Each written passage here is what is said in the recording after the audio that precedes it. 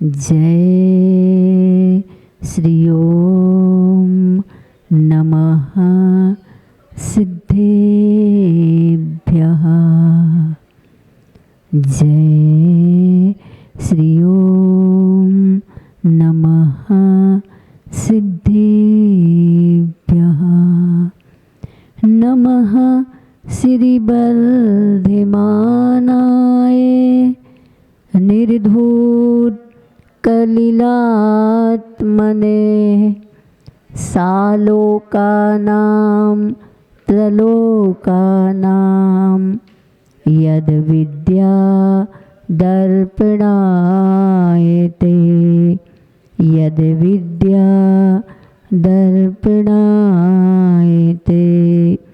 यद विद्या दर्पणायते। पंक्ति नहीं पंकज बनूं मुक्ता बनूं नसीब दीप बनूं जलता रहूं प्रभु पद पद में समीप गुरु पद पद में समीप। पंच परमेष्टि भगवंतों की श्री कुंडलपुर की बड़ी बाबा की चंद्रगिरी तीर्थ के 1008 श्री चंद प्रभु भगवान की विश्वतंकर चिंतामणि पार्शनाथ भगवान की भगवान महावीर स्वामी की संत शिरोमणि आचार्य भगवंत गुरुदेव श्री विद्यासागर जी महाराज की गुरुनाम गुरु श्री ज्ञान सागर जी महाराज की 3,9 करोड़ मुनि राज्यों की आचार्य भगवान श्री समय सागर जी महाराज की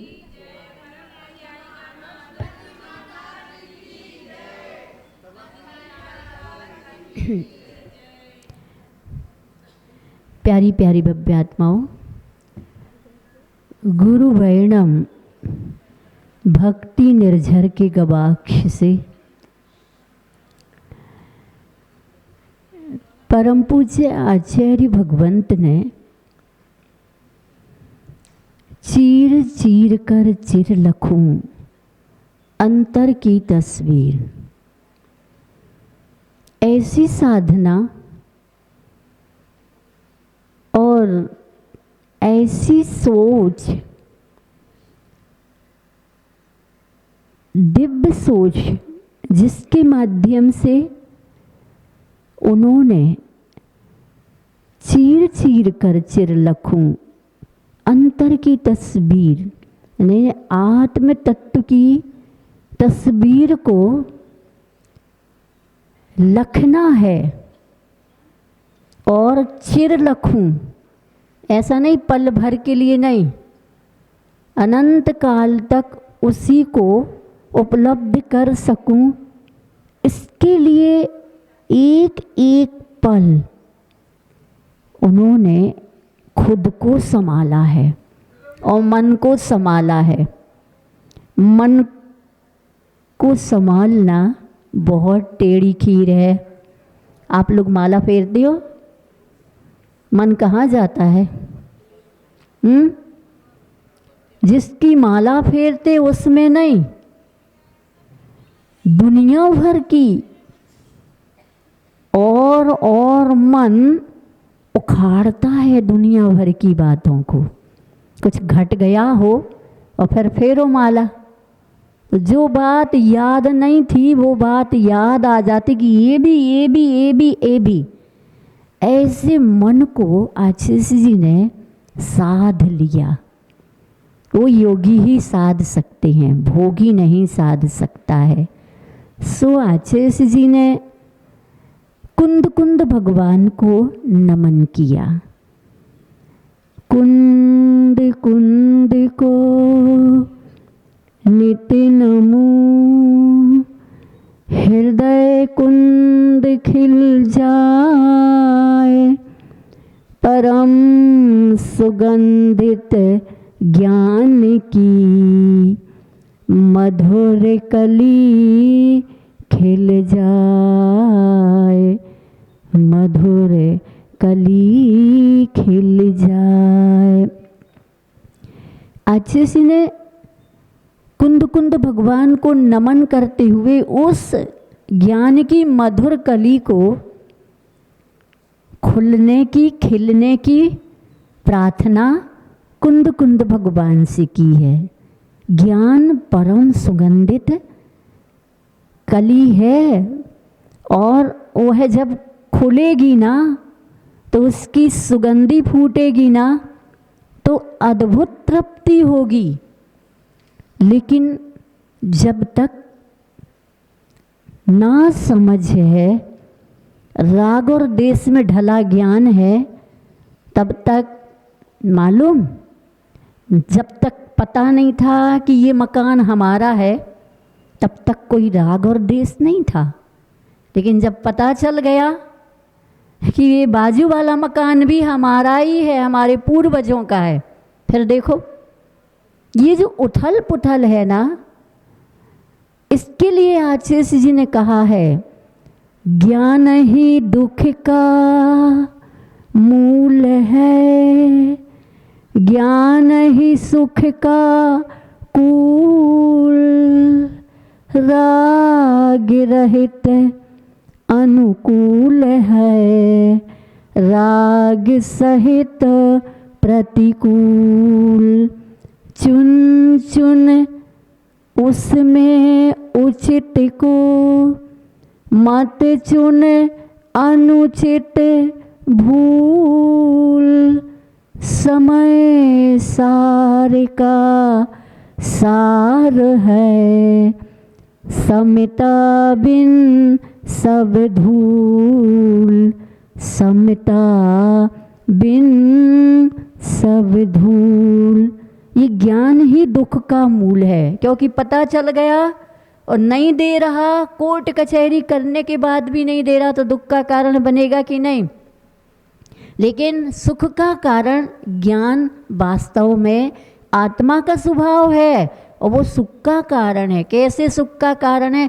जानने में आ गया कि ये उनका है। अरे जानने में तो ये आया है कि मेरा स्वभाव सिर्फ जानना और देखना है।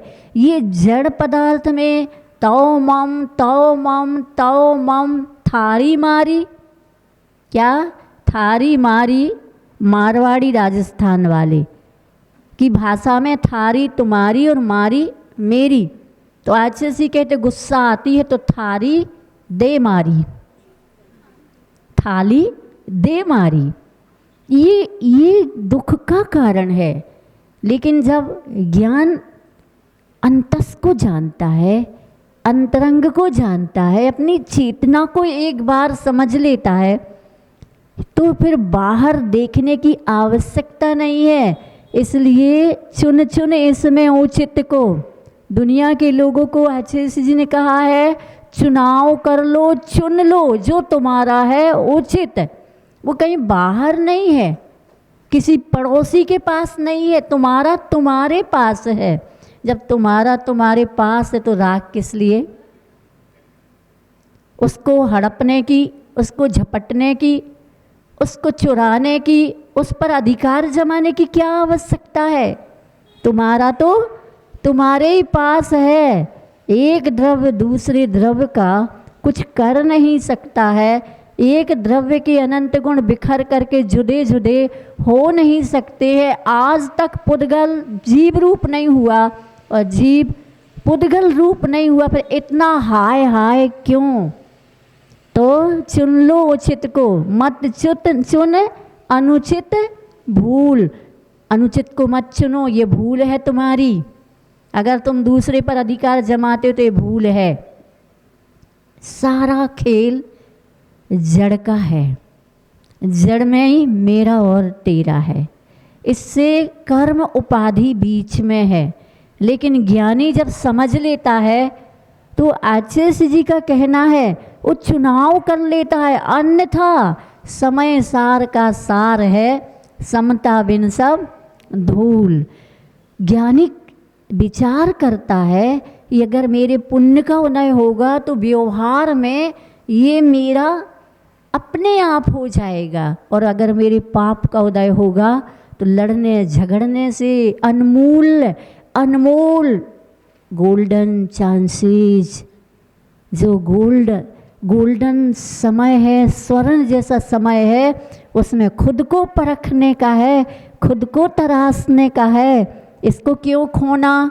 ले जितना भी चाहिए, मेरा तेरा तो तेरा है, मेरा भी तेरा है। बताओ, सारी झंझट, सारे कोर्ट कचहरी केस, लड़ाई झगड़े, न दिल में दीवाल न घर में दीवाल, जितनी दीवारें वो भी गिर जाएंगी। तो ऐसा व्यक्तित्व आचार्य कहते हैं कि चुन लो, चुन इसमें से उचित को चुन लो और अनुचित को छोड़ दो। ये ही समय का सार है। समता बिन सब, अगर समता नहीं आई इसमें, उसने ले लिया तो ले लेने दे। उसने खा लिया है तो खा लेने दे। उसने भर लिया, अरे भरना है तो भर लेने दो। तू क्यों घबराता है? जब तक तेरे पुण्य का है तब तक तू उदय है, तब तक तेरा कहलाएगा। इसके बाद ये मकान किसका रहा? कितनी पीढ़ी दर पीढ़ी इसमें रह चुकी, कौन लेके गया? क्यों लड़ाई और झगड़ा? इसलिए आचार्य कहते हैं, लड़ने और झगड़ने वालों के लिए समयसार कलश में एक कलश का पद्यानुवाद कहते हुए कहते हैं, ज्ञान बिना रट निश्चय निश्चय निश्चयवादी भी डूबे, क्रियाकलापी भी ये डूबे, डूबे संयम से उबे, प्रमत्त बनकर कर्म न करते, अकंप निश्चल शैल रहे, आत्म ध्यान में लीन किंतु मुनि, तीन लोक में तैर रहे। जब तक ज्ञान नहीं होता है तो दो पंथ चलते हैं, एक निश्चय और एक व्यवहार। निश्चय निश्चयवादी भी, ज्ञान बिना रट निश्चय निश्चय निश्चयवादी भी डूबे, ये भी डूब जाएगा। मैं आत्मा शुद्ध है, आत्मा बुद्ध है, आत्मा सिद्ध के समान है। तो आचार्य का कहना है, वेदी पर क्यों नहीं बैठ जाते हो जब सिद्ध के समान शुद्ध हो? वेदी पर बैठे वालों की पूजा क्यों कर रहे हो? जब तुम सिद्ध के समान हो तो सिद्ध भगवान की तरह, अनंत भगवान की तरह हो जाओ विराजमान। तो ये निश्चय से तू शुद्ध है, सच है, सिद्ध के समान है, लेकिन अकेले उसी को ही रटता चला जाए और दुकान खोले और थोड़ा सा एक आध रुपये कम दे दे या तौल में कुछ गड़बड़ हो जाए तो क्रोध क्यों होता है जब तू शुद्ध है? ये क्रोध कहाँ से आ रहा है? ये अहंकार कहाँ से आ रहा है? तेरा ही घर ये है मिट्टी का, तो उसी में क्यों जा रहा है? निश्चय से तो घर है ही नहीं, है क्या घर?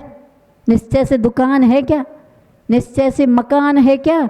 निश्चय से शरीर तुम्हारा है क्या? आज कौन से कपड़े पहनूं? आज रविवार है, थोड़ी भीड़ रहेगी, कौन सा कपड़ा पहनूं? है नहीं, यहाँ रविवार नहीं है, लेकिन लोग अपनी साप्ताहिक चॉइस के अनुरूप कपड़े मैचिंग के, महिलाओं का तो पूरा मैचिंग सेट रहता है व्यवस्थित। ये सब तुम निश्चय नहीं की बात कर रहे हो, स्वाध्याय कर रहे हो। आत्मा न मरतीस न खातीस न पीतीस, फिर कौन को खिलाया वो पिलाया जा रहा है? आचार्य कहते हैं, अनिवार्य प्रश्न पहले हल कर लो, शेष प्रश्न के उत्तर बाद में लिखना। अगर शेष प्रश्नों के उत्तर तुमने पहले ही दे दिए और अनिवार्य छूट गया तो फिर कहाँ छूटोगे जा कर के। अभिप्राय के अनुरूप संसार की भटकन होगी। सो गुरु वर्णम के गवाक्ष से आचार्य श्री जी से एक बार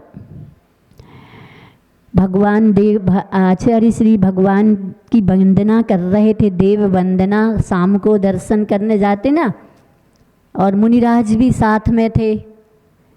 तो मुनिराजों ने आचार्य श्री से कहा कि भगवान की बेदी के पास जाकर के खड़े होना तो कितना अच्छा लगता है आचार्य श्री जी। आचार्य जी का कहना रहा, जब बेदी के पास खड़े होकर के इतना अच्छा लगता है तो जिस दिन बेदी पर बैठने के लायक अवस्था को प्राप्त कर लूँगा उस दिन कितना अच्छा नहीं होगा। आचार्य जी के पास हर किसी जिज्ञासा का सटीक समाधान होता था। मतलब उनका दर्शन अनिवार्य प्रश्न को हल करने वाला होता था। कोई भी धार्मिक क्रिया हो अथवा लौकिक क्रिया हो, हमें अपने अनिवार्य प्रश्न को अवश्य ध्यान में रखना चाहिए। उसका उत्तर हर कार्य करते समय, लौकिक करेंगे तो कैसे होगा माता जी, उसमें तो और अच्छे से लौकिक कार्यों में स्पष्ट समझ में आता है कि हमारे पुण्य का उदय है कि पाप का। सामूहिक संयुक्त परिवार होते थे तो अपने आप समझ में आता था कि भेद भी होता था, लेकिन भेद विज्ञान ना हो तो दीवारें खिंच जाती थीं। लेकिन भेद विज्ञान था पहले, तो हर पल हर कदम पर पुण्य का और पाप का उदय समझ में आता था। मान लो घर में बहुत अच्छी चीज़ें बनी, आज रविवार के दिन सबकी छुट्टियां हैं जॉब करने वालों की, तो प्लानिंग कर ली, आज तो सब मन की इच्छा के अनुसार भोजन में आइटम तैयार होंगे। और मान लो अचानक जिसने आज इच्छा की थी कि आज दही बड़ा खाना है, वैसे जैन दर्शन के अनुसार दही बड़ा द्विदल है और खाने योग्य नहीं है, अभक्ष्य है प्रचलन के अनुसार। वैसे जो अनिवार्य प्रश्न का उत्तर हल करते रहते हैं वो दही बड़ा ना खा करके खटाई बड़ा खाएंगे, इमली की खटाई का बड़ा खा लेंगे, या आम की खटाई, अमचूर की खटाई, जिसकी भी, लेकिन वो दही के साथ नहीं खाएंगे अगर सही मायने में जैन है।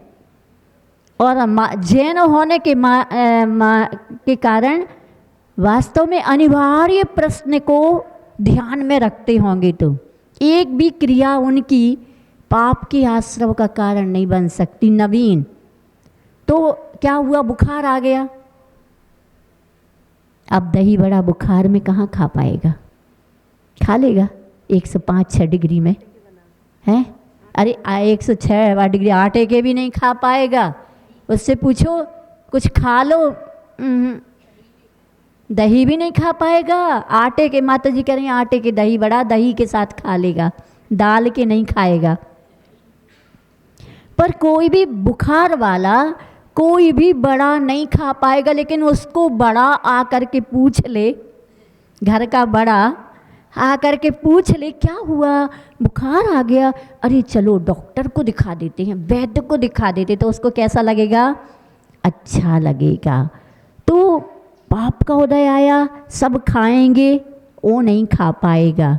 पुण्य का उदय भी आ गया, बड़े आकर के उसको पूछ लिए और सांत्वना दे दी, क्या खाओगे, क्या खाओगे बताओ। तो जो खाने लायक है, भूख लगी हो तो, बुखार उतरे तो, उस समय मेरे पाप का उदय है, आज मैं दही बड़ा नहीं खा पा रहा हूँ।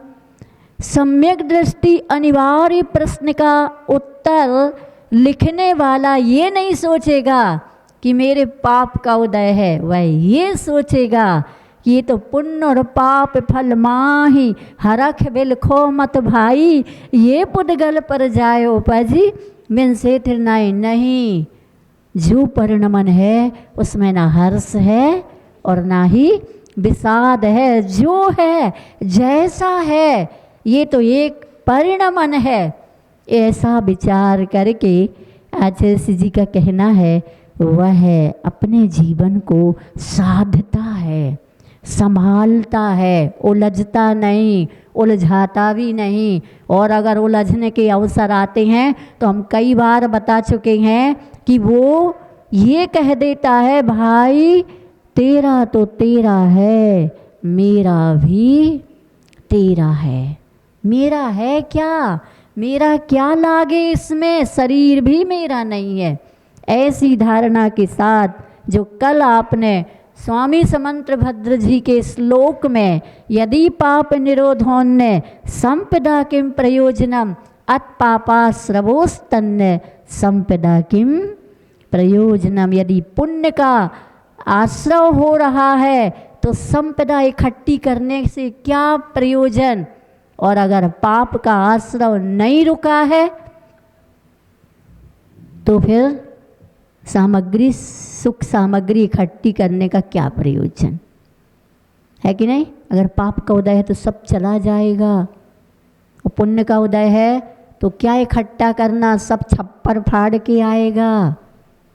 क्या फाड़ के आएगा, छप्पर फाड़ के आएगा। एक व्यक्ति ने, एक श्रावक ने ये संकल्प कर लिया था कि जितना है उतना मेरे पास, बस इससे आगे मैं नहीं बढ़ाऊंगा। हाँ, मैं बुद्धिपूर्वक नहीं बढ़ाऊंगा, अपने आप बढ़ जाएगा तो हम उसका निषेध नहीं करेंगे, घर में बाहर नहीं। अब वो व्यक्ति जंगल जा रहा था, जंगल का मतलब जंगल से गुजर रहा था, सुनसान जो जंगल होता ना वो, और वहाँ उसको एक ठोकर लगी। तो उसने सोचा कि ये ठोकर लगी, इस पत्थर को निकाल दो, अन्यथा ये किसी को भी चुभ जाएगा। तो उसने सोचा इस पत्थर को निकालो, निकाला तो घड़ा निकल आया, सुवर्ण मुद्राओं से भरा हुआ। उसके मन में लोभ नहीं आया। अनिवार्य प्रश्न है, नियम लिया है। क्या नियम लिया है, जितना है उतना ही। अगर घर में आएगा तो अलग बात है, घर में अपने आप, लेकिन मैं बाहर से घर में नहीं ले जाऊंगा। उसके संकल्प को बल मिला और उसने क्या किया, पुनः उसी में दबा दिया। दबाया तो कोई देख रहा था, राहगीर, वो चोर था। उसने क्या किया, ये जा पहुंच गया घर, और इसने क्या किया कि कुछ तो है, और इसने यहाँ धन गाड़ दिया है। वो भी खोदता है, जैसे वो ढका था उसका मुख, तो वो तो ढक करके चला गया था, और जैसे ये मुख खोलता है तो सुवर्ण मुद्राओं के स्थान पर बर्रैयाँ, बर्रैयाँ जानते ना, बर्र जानते आप लोग? क्यों, बिलासपुर वाले जानते कि नहीं?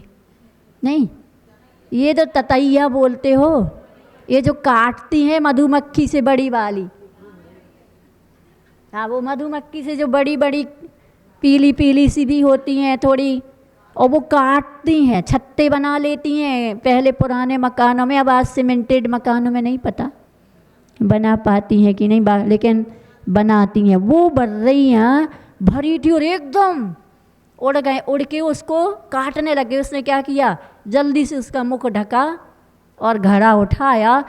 उसने मेरे साथ, जबकि उसका कोई दोष नहीं था, इसने मेरे साथ अन्याय किया है। अब इसी के घर में ले जा कर के सारी बर्रैयाँ डाल करके और उसके लिए मज़ा चखाना है। वो गया, पहले के खप्पर के मकान होते थे, छप्पर के, सीमेंटेड नहीं, तो उसने क्या किया, पीछे से खप्पर पर चढ़ गया ऊपर, और उसने खप्पर अलग किया और उड़ेल दिया घड़ा। उड़ेला तो खन खन खन खन खन खन सुवर्ण मुद्राएं। मतलब देखो ना, पुण्य और पाप का फल। उसके पाप का उदय था तो सुवर्ण मुद्राएं बर्र बन गई, मधुमक्खी में बन गई, और उस व्यक्ति का पुण्य का उदय था तो उसने खपरेल से छप्पर फाड़ के उसके घर में क्या आ गई, सुवर्ण मुद्राएं। अज्ञानी के मुख में पानी आता, काश ऐसे ही हमारे घर में भी कोई सुवर्ण मुद्राएं उड़ेल दे। क्या उड़ेल दे तो बहुत अच्छा होगा। तो ये कल श्लोक यही चला था, पुण्य का उदय है तो कोई तुम्हारा छीन नहीं सकता है, और पाप का उदय है तो कोई तुम्हारा, अगर तुम्हें कोई दे भी दे दया करके तो वो तुम्हारे घर से उठ के। इसलिए सम्यक दृष्टि धर्म करता है, अधर्म नहीं करता है। बैठे बैठे विकल्पों का, संकल्पों का जाल नहीं बुनता है, मकड़ी नहीं बनता है। मकड़ी जाल बुनती है कि नहीं, किसको फंसाने के लिए? कीड़े मकोड़ों को फंसाने के लिए। और मनुष्य जाल बुनता है संकल्प विकल्प का, किसको फंसाने के लिए? जिसने हमारे साथ धोखा दिया है उसको फंसाने के लिए। अथवा धोखा ना भी दिया हो लेकिन समझ में आता है कि ये व्यक्ति हमारा बाधक बना है, हमारे ग्राहक, दुकान के ग्राहकों को वो खींच लेता है, तो ये मेरा बाधक है, तो उसको फंसाने के लिए यही धंधा, यही व्यापार इस व्यक्ति का चलता रहता है, अज्ञानी का, मिथ्या दृष्टि का। इसलिए समंत भद्र जी कहते हैं सम्यक दर्शन की महिमा क्या है। तो आप 28वें श्लोक में देखें, सम्यक दर्शन संपन्न मपि मातंग देहजम, सम्यक दर्शन संपन्न मपि मातंग देहजम, देवा देवम विदुर्भस्म गूढ़ांगारांतरौजसम,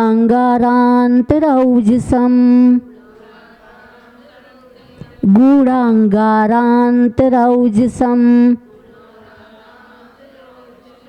हाँ,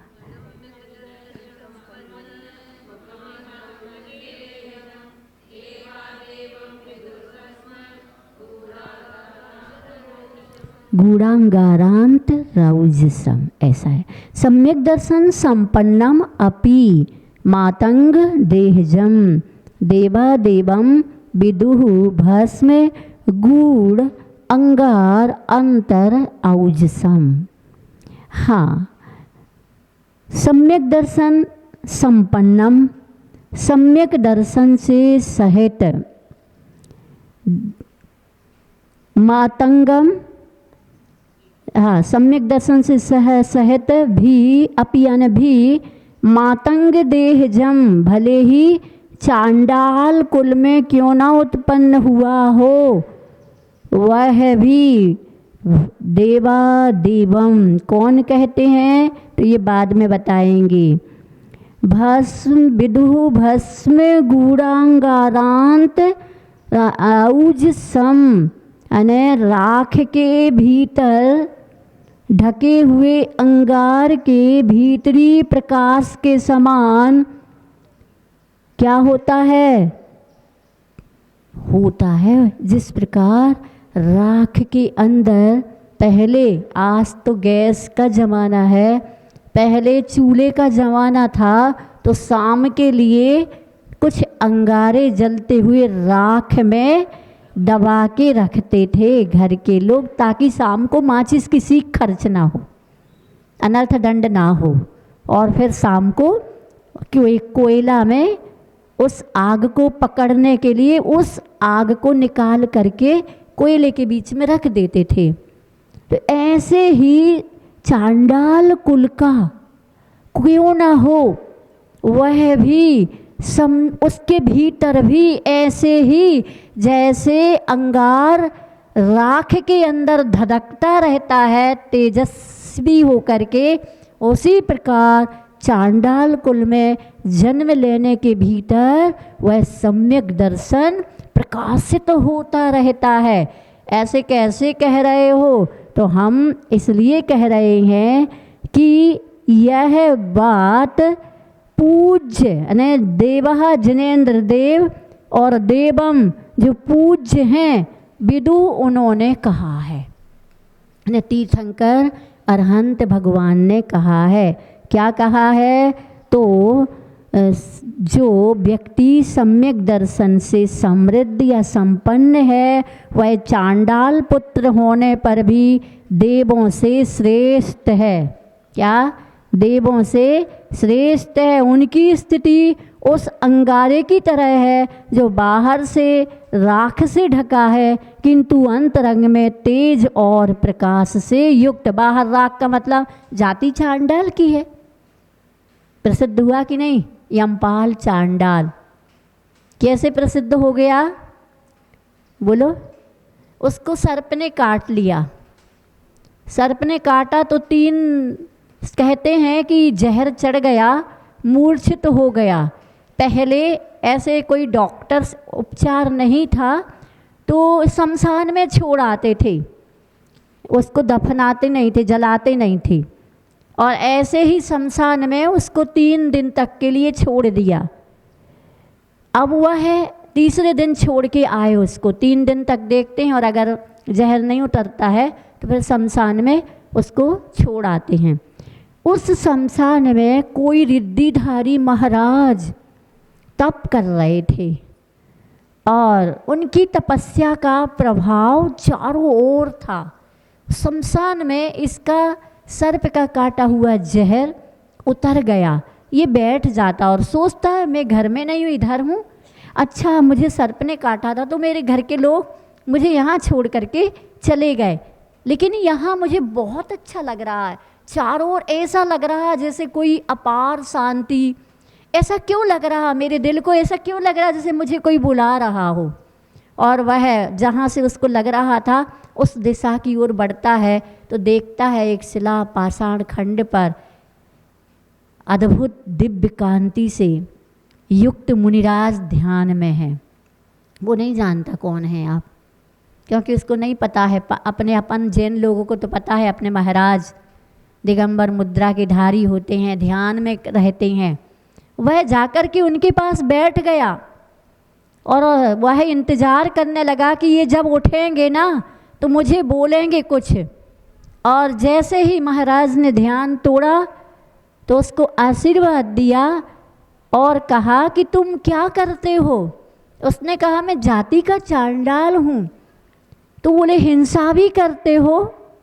बोले हाँ, राजा का आज्ञा होता है प्राण दंड देने का, मृत्यु दंड देने का, तो मैं मृत्यु दंड भी देता हूँ। तो फिर ऐसा करना छोड़ सकते हो? बोले मैं जाति का चांडाल हूँ, कैसे छोड़ सकता हूँ? तो उन्होंने कहा ठीक है, चतुर्दशी को तुम किसी भी जीव की हिंसा नहीं करना। ठीक, ये ठीक है। इतना उसने दृढ़ संकल्प ले लिया, सम्यक दर्शन प्राप्त हो गया उसको। नहीं, उन्होंने कहा है उस संकल्प को नहीं तोड़ सकता हूँ। अब आज अष्टानिका लग गई है, अष्टानिका की राजा ने डिंडोरी पीट दी है, मतलब सबको कहलवा दिया है कि कोई भी अष्टानिका में जीव की हिंसा नहीं करेगा, संगी पंचेंद्री को नहीं मारेगा, और मारेगा तो उसे मृत्यु दंड दिया जाएगा।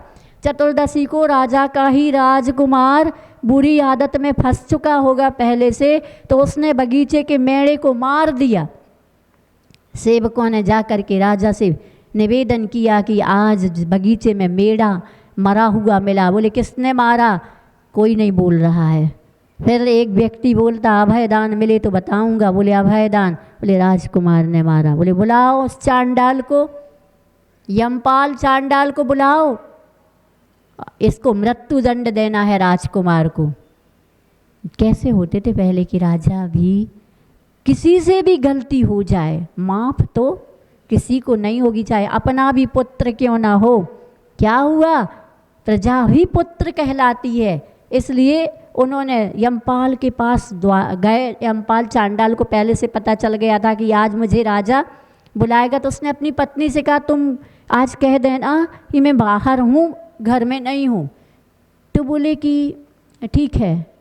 तो राजा के परिकर के लोग आए, सैनिक आए, बोले कि कहाँ है यमपाल चांडाल? तो उसने कहा तो वो बाहर गए हैं। ने कहा अरे आज तो उसकी किस्मत फूट गई। बोले राजकुमार को फांसी की सज़ा दी जाती और उसका जो भी आभरण आभूषण सब तुम्हें मिलता, तुम आज माला माल हो जाती।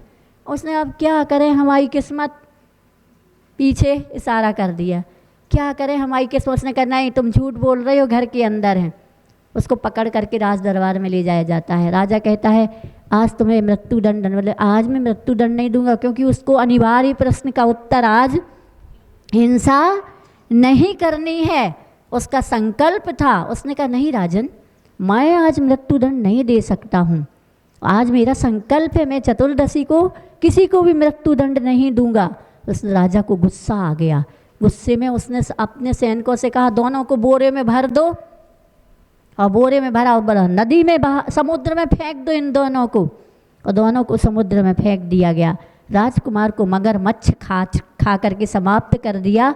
और यमपाल चांडाल को सिंहासन देकर देवों ने उसकी जयकार, उसकी प्रशंसा की, पूजा नहीं, उसकी प्रशंसा की, अर्थात उसके सम्यक दर्शन की प्रशंसा की। इसलिए ये श्लोक समंत भद्र जी ने कहा है कि जो सम्यक दर्शन से संपन्न होता, अगर कोई भी जाति का हो, चांडाल भी क्यों ना हो, उसका बाहर से राख है लेकिन भीतर तो उसके जैसे राख में दबा अंगार प्रकाशित होता है, ऐसे ही किसी भी जाति में सम्यक दर्शन। तो आप अपने आचार्य श्री जी ने हाथ करखा हर करघा चल चरखा में जो अन्य जैन के अलावा लोगों को जो रोजगार दिया है, ये यही समंत भद्र जी के श्लोक को क्या कर रहा है, चरितार्थ कर रहा है। और सुनो, आज अपने यहाँ प्रतिभा स्थली में जो अंचल छात्राएं हैं, कौन अंचल छात्राएं हैं, अन्य जाति की छात्राएं, उनको भी ऐसे ही सम्यक दर्शन पूर्वक सात्विक जीवन जीने की दिशा बोध संकल्प लेती हैं वो। और आज आचार्य जी ने भी समंत भद्र आचार्य की उसी रत्नकरंडक श्रावकाचार्य की परंपरा को अक्षुण्ण रखा है। ऐसी महिमा सम्यक दर्शन की है। तो हम जैनों में सम्यक दर्शन बाहर से होना चाहिए कि नहीं? हमें सम्यक दर्शन प्रकाशित, सम्यक दर्शन का प्रकाश भेद विज्ञान पूर्वक एक घर को चलाए, एक समाज चलाए, एक दुकान चलाए, नौकरी करे, जॉब करे, रिश्ते निभाए, और धन भी कमाए, और धन का बैलेंस भी बनाए, और धन का दान भी करे। लेकिन सम्यक दर्शन पूर्वक करेगा तो न्याय नीति से करेगा, अन्याय अनीति से नहीं करेगा। तो फिर तो छप्पर फाड़ के आएगा। कैसे आएगा सो आगे सुनेंगे अपन। बोले भगवान महावीर स्वामी की, संत श्रोमणी आचार्य भगवंत गुरुदेव श्री विद्यासागर जी महाराज जी की, गुरुनाम गुरु श्री ज्ञान सागर जी महाराज जी की, आचार्य भगवान श्री समय सागर जी महाराज जी की। तीन सभी साधर्मी बंधुओं को सादर जय जिनेन्द्र।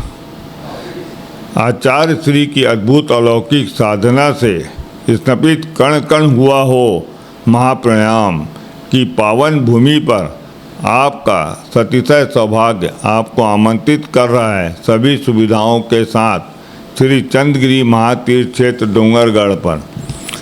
धर्मप्रेमी बंधुओं, 10 लक्षण महापर्व पर आरिका रत्न वात्सल्य मूर्ति श्री 105 आदर्शमती माता जी सत्संग के सानिध्य में 10 लक्षण महापर्व का आनंद मनाया जाएगा। आप सभी को सूचित किया जाता है कि जो भी महानुभाव 10 लक्षण महापर्व पर 10 दिन धर्म लाभ लेना चाहते हैं चंद्रगिरी महातीर्थ क्षेत्र में आचार्य भगवान की समाधि स्थली पर, तो आपके लिए आवास एवं भोजन निःशुल्क व्यवस्था रखी गई है। आप 10 दिन यहाँ रुककर रहकर माता जी सत्संग के सानिध्य में आप उक्त कार्यक्रम में सहभागिता प्राप्त कर सकते हैं। दिनांक 28 अगस्त 2025 से 6 सितंबर 2025 तक सुबह प्रातः 7 बजे श्री जी का अभिषेक शांति धारा होगी। 8 बजे से 10 लक्षण पूजन होंगी। 9:30 बजे से आचार्य श्री जी की पूजा समाधि स्थल पर होगी। उसके पश्चात माता जी के मुखाग्र बिंदु से 10 लक्षण महापर्व और प्रवचन होंगे। दोपहर 2 बजे से माता जी के द्वारा तत्वार्थ सूत्र की वाचना की जाएगी, क्लास ली जाएगी। संध्या 7 बजे मंगल आरती होगी। सभी चंद्रगिरी महातीर्थ क्षेत्र पर होंगे कार्यक्रम। सभी महानुभाव से अनुरोध है कि यह अवसर न गंवाएं, आपके आने की पूर्व सूचना देवें जिससे हम आपकी पूर्ण व्यवस्था कर सकें। आप सभी महातीर्थ की भूमि पर महापर्व मनाकर आत्म कल्याण करें, यही हमारी भावना है। सभी को सादर जय जिनेंद्र।